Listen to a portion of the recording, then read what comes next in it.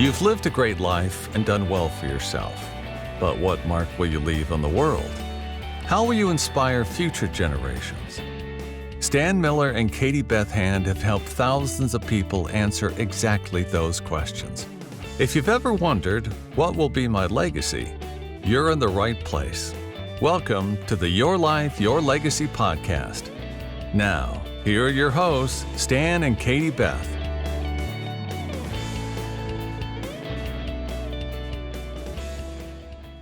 Welcome back to the Your Life, Your Legacy podcast with your hosts, Stan Miller and Katie Beth Hand.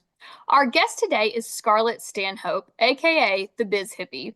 Scarlett really specializes in helping you master your own money and discover your own worth so that you can be more successful doing the work that you love. Scarlett, welcome to the show. We are really excited to have you. Thank you for having me today. I'm super excited to dive into this conversation. Absolutely. Stan and I are as well. So let's dive right in. Why don't you tell our listeners who may not know anything about the Biz Hippie, tell us a little bit about your background and then the work that you do now. Absolutely. So I am an abundance coach, and what I do is I help people transform their relationship with money and learn to become the masters of their money so that they can pursue their best lives with confidence. I especially love working with entrepreneurs, coaches, healers, people who have tried to pull themselves away from the beaten path of a traditional job that doesn't really feel in alignment for them, and they want to break free and do something different. They want to create their own life and make their own impact on the world, but often money is the thing that holds us back from doing the things we want to do, living the lives that we truly want to live. And so that's why I stepped into this work to help people bridge this gap between feeling stuck and feeling trapped with their money, and instead feeling empowered with their money and using their money as a tool to live the lives that they actually want to live. And the reason why I do this is because this has been a huge part of my own journey as well. Growing up, I felt like I didn't have a choice in the kind of life that I got to live, and I was so busy chasing success and becoming who I thought I was supposed to be, doing everything right. And I didn't realize that in fact, I could make choices about my life and I could do things differently than what I thought I should do.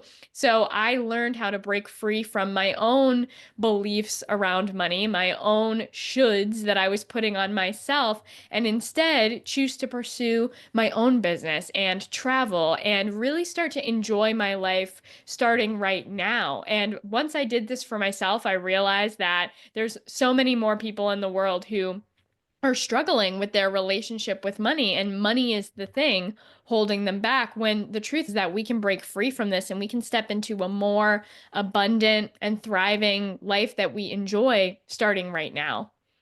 Could you tell us how the breakthrough happened for you that got you there? Yeah, it was a slow and steady route. The first thing that happened was I had to hit a very hard rock bottom. See, I had been in this complicated relationship with money, and what that looked like was me looking very successful on paper. I was managing restaurants by the time I was 18. I was going to school full time, getting my bachelor's degree in business management, accounting, and finance. I was a straight A student growing up, so I was maintaining my 3.9 GPA at school. I was paying for college out of pocket all by myself. So I had zero student loans, I had zero debt, and I had $30,000 saved by the time I was 20. And so everything looked really great on paper, and I was on the track of success. But at the same time, internally, I wasn't doing well, and my mental health was not doing well. And I found myself going down this harsh downward spiral of feeling like I had no control over my life, feeling like my life was meaningless, purposeless, and in fact, waiting for my life to really start, wondering when my life was going to actually start, and then eventually hitting a rock bottom so hard and waking up and realizing, oh my gosh, I'm the one in control of my life. I'm the one who can make decisions and choices and choose to do things differently. And I don't have to just continue to walk down this path that looks great, but actually isn't me and isn't who I am and isn't the life that I want to live. And just chasing that path of success put me in some pretty toxic places, like some toxic work environments, some toxic relationships. I was really depressed, suicidal, and my body was basically screaming at me. I was covered in head to toe eczema, had migraine headaches, and I still didn't wake up to the fact that I was living a misaligned life until one day it all just got so bad and I realized, wow, I don't want to live this way anymore. That's a really powerful story, Scarlett, and one that I feel like a lot of people can relate to. Especially here in the States, we kind of have this carved out path for being successful. High school, straight A's, college, you get your degree, you become an intern or an apprentice. That the path for a lot of careers are really, really lined out. So I love that you were on that path and then decided to break free from that. I think that is really cool and really unique and just something that a lot of people don't really think about. Once you get headed down a path, it feels like it can be really difficult to break out of that. But I saw on one of the other podcasts you did and thought was really interesting. You've talked before about a lot of this, the paths that we create, the goal is to always be kind of working your way up to make more money. But you have said before that making more money is actually not the answer to your money problems. So explain that to us. Yes, and this is such like a common misconception, especially in America, where we're located. There's this idea of chasing more and more and more. And we're in a consumerism culture where really we're trying to fill this void or reach this finish line that says, once I have more money, then I'll be happy. Once I have more stuff, then I'll be fulfilled. Once I do this, that, or the other, then my life will be better and things will be great. And that was the path that I found myself on. I was like, okay, I'm going to get straight A's and then I'll be happy. And then I got straight A's and that didn't matter. That wasn't enough. Now I needed to do the next thing. Now I needed the next job title. Now I needed the next pay raise. Now I needed this, that, and the other. And it was like I was on this never ending treadmill, this race that never really had a finish line. And so many of us are living in a state where we feel stressed about money, where we feel like we don't have enough money. We have a sticky, challenging, complicated relationship with money, and money feels like it has control over our lives. Money is preventing us from saying yes to doing the things we want to do. We don't travel, we don't pursue our businesses, we don't take time off, we don't buy the one thing that we really want, but we shouldn't spend that money on because of money. And money has all the power and all the control. And so we think, okay, once I make more money, once I have more money, then everything will be better. Then I'll feel better. Then my life will be better. But the truth is that money is just an expander. So, whatever your current relationship with money is, when you add more money to that equation, you're just expanding the current financial relationship. So if you have a relationship with money that is stressful, where you don't know what's happening with your money, where you're unaware of your money, where you don't feel like you have enough of it, where you feel like every time you get paid, your money is slipping through the cracks and seems to vanish out of thin air, when you add more money to that, you don't change the situation, you just expand it. More often than not, I've heard people say they actually feel more stressed when they get more money. They feel more confused. They still feel like they don't have enough. And I've worked with clients on all ends of this spectrum. I've worked with clients who have very little money coming in. They've gone all in on their businesses. They're not quite making sales yet, and they really feel like they're barely getting by. They're living paycheck to paycheck. every single month they're just scraping the bottom of the barrel and they feel really stressed with their money. And then I've worked with clients who have solid, consistent 9 to 5 jobs. They're actually making really decent money every month. And yet, month after month, they still feel like they're living paycheck to paycheck. They still feel like they're barely getting by. And it's because it's not about the amount of money that you have, it's about your relationship with money. And the only way for more money to actually feel like more money is to first address your relationship with money so that when more money does come in, you're able to actually see it as more money, use it as more money, and it will finally feel like more. Okay, What so does that? Scarlett, Oh, sorry. Go ahead, Stan. yeah. So now I got to ask this. So, Scarlett, I think a lot of people who are listening to this can totally relate to everything you just said. So my question is, and I'm not asking you to give away all of your secrets, but because we don't have that much time, but give me a clue. If somebody said, "Oh my God, what you just said describes me and where I am," what is a thing or two that I could do to break through that so that I could reach the other side and not have that and have a different relationship with money? And it's such a great question and such an important question because so many people are just on the chasing more treadmill, which is not the solution. There are 3 simple steps that I believe are the foundations for transforming your relationship with money so that you can feel like you have enough. The first step is to shift your money mindset. And this is really important because so many of us have grown up in families and in situations where there's this idea of there's not enough. There's not enough to go around, there's not enough for you, or maybe money is bad, money is evil, it's wrong to have money, it's wrong to spend money. I should feel guilty for spending money. We have all these complicated beliefs and thoughts and patterns around our money and what we think about money and the emotional attachments and the stories we're creating around our money. And you have to address this first because this is the foundation that creates your current relationship with money. If you believe that money is evil and makes you a bad person, then it doesn't really matter how hard you work or how hard you try.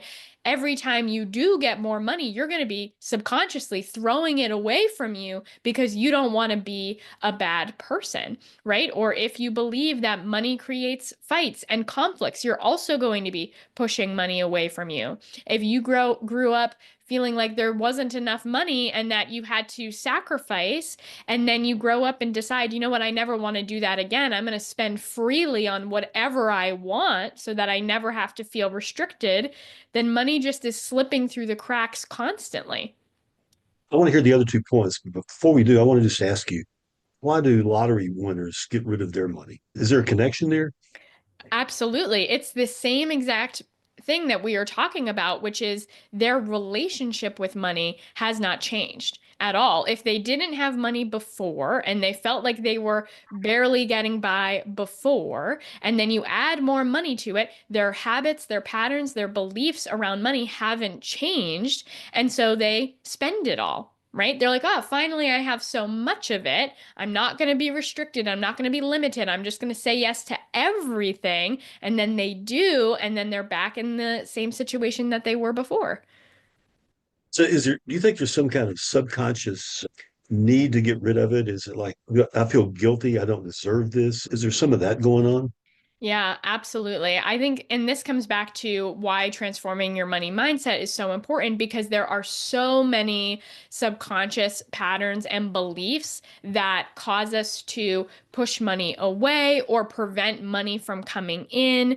And these are what I like to call scarcity seeds, right? Like the beliefs of scarcity that are common for our modern day society. And this is not enoughness, right? The idea that there isn't enough to go around, worthiness, the idea that I'm not good enough, I'm not worthy, I'm not deserving. And the third one, which is starving artist syndrome, which is the idea that either I am financially supported, but I'm unfulfilled, right? I don't enjoy what I'm doing, but at least I'm making money. Or I can enjoy my life and do the things I want to do, but I'm going to be broke at the same time. But I can't have both. I can either have financial stability or I can have fulfillment, but that's an either or. And it's these three core beliefs, not enoughness, worthiness, and starving artist syndrome, that can cause us to push money away or prevent us from receiving money in, or just have a negative relationship with money that causes us to be in a state of lack and not enoughness. Okay, well, I've sidetracked you. You had a couple other points, but that was important. So I'm glad we heard that. Yeah, and that's all that falls under the umbrella of transforming your money mindset, which is the first step. And that's more of the intangible work or the internal work, which is just as important as the other two steps, which are the more tangible or external work that we do with our money. And so that second step is learning to manage and track your money, which is getting your money down on paper, seeing it clearly, knowing exactly what is happening with your money. Where is it coming in? Where is it going out? How much is coming in? How much is going out? And for so many people, this is an unconscious thing. We don't have awareness around our money. We don't know what's happening with our finances. Maybe we're afraid to look at it. We're afraid to face that situation, but we actually gain so much power and control over our money when we can really see what's happening, because you can only change what you track. And that makes a huge difference.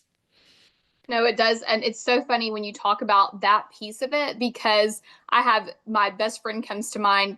She kind of has that fear of money. She always has. She's never been low income. She's always had a great job. But she always says, I never want to look. She doesn't know how much she has in her bank account. She doesn't know how much she's really saving for retirement there, because to her, it's like not knowing is, if she doesn't know, then she doesn't have to really worry about it. And she'll always joke when we go out. She's like, oh, I use my debit card like it's a gift card. I just swipe it until it doesn't work anymore. And that has always been so interesting to me. She's not alone. There are a lot of people, especially my age and younger, that kind of live like that fear of, I really don't want to put a pen to paper and figure out how much I'm making versus how much I'm spending. How do you help clients get over that hurdle and get over that fear of really figuring out where their money's going? Yeah, and it is a super, super common fear. And I think this is common for a couple of reasons. One is the ignorance is bliss mentality, which you just described your friend having. It's this idea of, oh, I'm stressed about money, but I'm just going to tuck it in the closet and pretend like it doesn't exist. And so then I won't feel stressed about it and I don't have to worry about it. But the problem with this is that that actually leads to more money stress. People think they're avoiding their money stress by avoiding their money, but they're not. You're actually creating more financial stress by not knowing what is happening with your money. I like to describe it as a monster in the closet. If you have a monster in the closet and you don't know what it looks like, that monster is left to the imagination. So it grows. It's going to be the scariest monster that you could ever imagine. Versus when you take it out of the closet, you shine some light in there, you see what's actually happening, you realize that it's not as bad as you thought it was, because now you can see it clearly. You're like, oh, it's like 4 feet tall, it has two horns, that's it. I don't have to worry about it being worse because here's the real situation. And so one of the ways that I help my clients get over this is by teaching them how to do it. And then what often happens is about 70% of my clients' financial stress goes away just by getting their numbers down on paper, even if their financial situation doesn't change, because suddenly now you have control over it. Now you can do something about it. If it's tucked away in the corner, you have no power, you have no control, you don't know what to change, you don't know how to do anything differently, you have no power over the situation. But at least if you can see it and know what's going on, then you can actually do something about it. You can take steps, you can take action to change the situation. And that feels really empowering. I love the word empowering, and I think that is true. The monster in the closet analogy is really spot on. And I think just being able to help your clients really jump that hurdle and get that done it probably provides a lot of relief. Before we run out of time, I do want to take just a second and talk about, you've mentioned this a lot, you've mentioned it in some other podcasts as well, but tell us a little bit about, now that you have kind of become the Biz Hippie and changed the strategy and trajectory of your life, you've done a lot of traveling. Tell us about your favorite places you've traveled and kind of the impact those places have had on you and the way you view the world.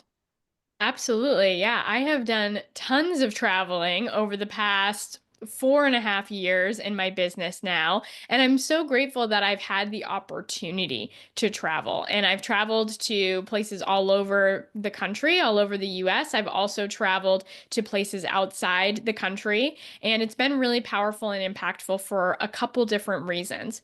One is simply being able to take the opportunity to say yes to traveling, because before my own transformation, I felt restricted. I felt limited. I felt like, no, I need to work. No, I need to make money. I can't spend money. I can't take the time off to do this. And so being the kind of person who could prioritize traveling, who could prioritize taking time off and could use my money strategically to make it happen and to make it my reality without sacrificing my finances, that was a big step for me. And that was a big part of my own financial empowerment journey, was using my money to make traveling possible, since it is something that's so important to me. And then also taking time away from my typical everyday environment is causes so much personal growth and development, right? Because I love attending retreats, which is group week-long events with other people focused on personal growth and development, and being in community with other people, being in a different environment, taking time away from my everyday routines, away from my work, away from my computer and technology, and being in beautiful nature and just being with myself and being with other people has allowed me to grow in so many powerful ways that I don't think I would have been able to if I hadn't had taken these opportunities before. So No, it I looks agree like with you, that. Go ahead, yeah, Stan. it looks like you figured out a way to make money doing this. Could you take a minute and just tell us a little bit about what your relationship looks like with the client? Who do you typically work with? How long does that take? What's that experience like? And if you have a minute to, tell us a story or two about a client that maybe got transformed by the work that you did with them. Yeah, and I have had the pleasure of helping so many clients with this work. And there's so many transformation stories. I'm not even sure where to start, but something that I can say about it is I have helped people in different countries with different currencies, with different professions, with different levels of income. And this work works across the board. I've worked with somebody who's a investment stock trader in Boston who's making lots of money and grew up wealthy, and this work was valuable for him. I've also worked with a personal trainer in South Africa with a totally different currency, with less money than, your average corporate tycoon in America. And across the board, when you transform your relationship with money, you get big results. I had a client in London who, when we first started working together, she said, I want to leave my corporate 9 to 5 job and start my own life coaching business in 6 months. And on our consult, I said, you know what?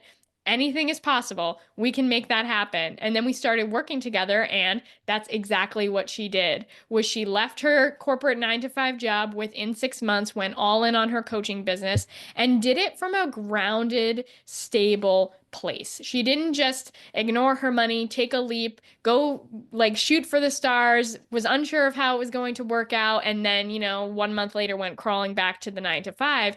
No, she looked at her money, she built a plan, she built a strategy, she built some foundations to take this transition and do it in a way that felt safe and solid and grounded for her. And that's the journey that she's been on. And not only did she leave her 9 to 5 job, she also moved out of her apartment that she had been living in for 10 years. And she started traveling the world and basically became a digital nomad. And all of that was possible because she developed financial confidence, financial stability, and had a tool, had a financial blueprint to help her make these choices, make these decisions from a grounded, stable, and confident place. That's really cool. And we encourage all of our listeners to really think through all of this wisdom that Scarlett is giving us for free today. And then before we run out of time, you also had an offer for our listeners that we wanted to give you a chance to tell them about.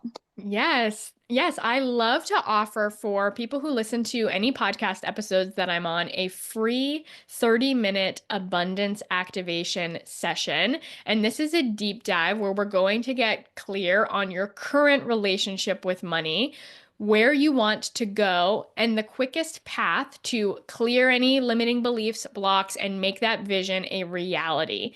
There'll also be an opportunity to explore working together if you want to take this to the next level and totally transform your relationship with money. So if you want to get your free 30-minute abundance activation session, you can sign up for that on my website, thebizhippie.com/activate. That's awesome. That is really cool. Okay, last question, I promise, although I could ask you 50 more. Through the work that you're doing, through the travel that you do, through all of these different relationships that you're building with these different people, what impact is it that you hope you'll have on the world? Oh my gosh, that is such a great question. It's a big question.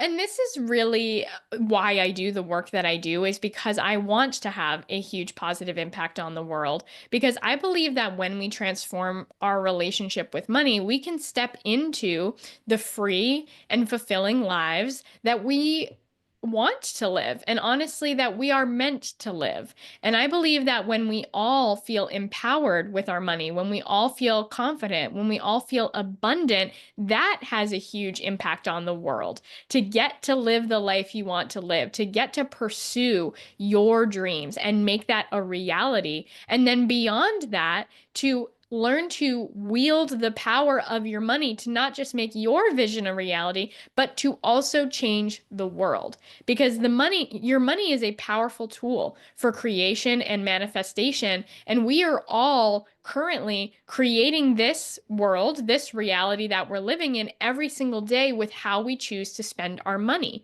And it's easy to feel like you don't have an impact in this world, that you're just one small drop in a bucket, that the little things you do don't matter. But the truth is that when we all become intentional and conscious and aligned with how we spend our money, and we spend our money in alignment with what we believe, with what we value, and the kind of world that we want to live in, that's how we create that world. So that's a big part of why I do this work, is because the more people that feel empowered with their money and in control of their money, the more that we can make a huge positive impact on this world and shape this world that we are living in. That was a really, really good answer. And Stan, do you have any other questions before we run out of time? No, but I am inspired. Agreed. Well, thank you everybody for joining us. To our listeners, this has been the Your Life, Your Legacy podcast with your hosts, Stan Miller and Katie Beth Hand. Our guest today was the Biz Hippie, Scarlett Stanhope. And to connect with Scarlett, you can visit thebizhippie.com, or you can find her on Instagram. Don't forget that as a listener of this podcast, you have the chance for a free abundance activation session. So be sure to check that out on the website. And Scarlett, this has been phenomenal. I have so many great takeaways. So thank you so much for taking the time to join us today. Thank you so much for having me. Thanks for listening to the Your Life, Your Legacy podcast with Stan Miller and Katie Beth Hand. If you enjoyed the show, please rate, review, and subscribe on Apple Podcasts, Spotify, or wherever you get your podcasts. To find out more about Stan and Katie Beth, go to pinnaclelegacylaw.com. You can also find links in the show notes. 49 faces looked to him in triumph. Over the last 12 months, they had each taken turns and promoted his business for a week at a time, driving over $987,342 in revenue. What if you had a network of 50 centers of influence who promoted your business every week for a year? Grab your copy of the #1 Amazon best-selling book, The Ultimate Guide to Growing Your Business with a Podcast, at 33% off the Amazon price by going to ultimatepodcastbook.com. Again, that website for 33% off the Amazon price is ultimatepodcastbook.com.